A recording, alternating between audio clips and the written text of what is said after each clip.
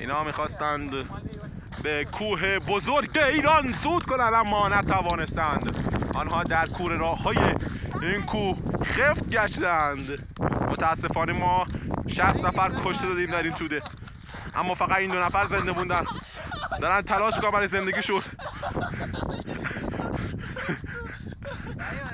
تا حالا چندین بار در چاله‌های عمیق با متراژ بسیار بالا افتادند و تا الان زنده ماندند. میگوید برو تو اون سولاخ فیلم بگیر. من نمیدونم منظورش چیست، اما انگار قصدی جاودانه.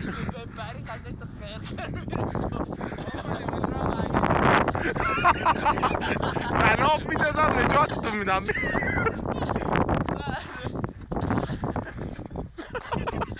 دا خیره میری تو جوغ. آنها به این سود اعتراف کردن که نمیتوانند. گوه خوردن کارا کرد.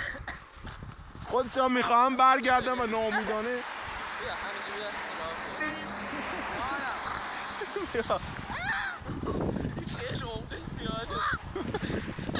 باید بپون این جمع شده اوزگلا.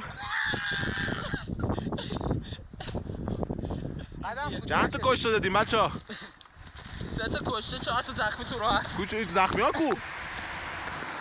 نامرد زخمی ها رو تنها کشتی.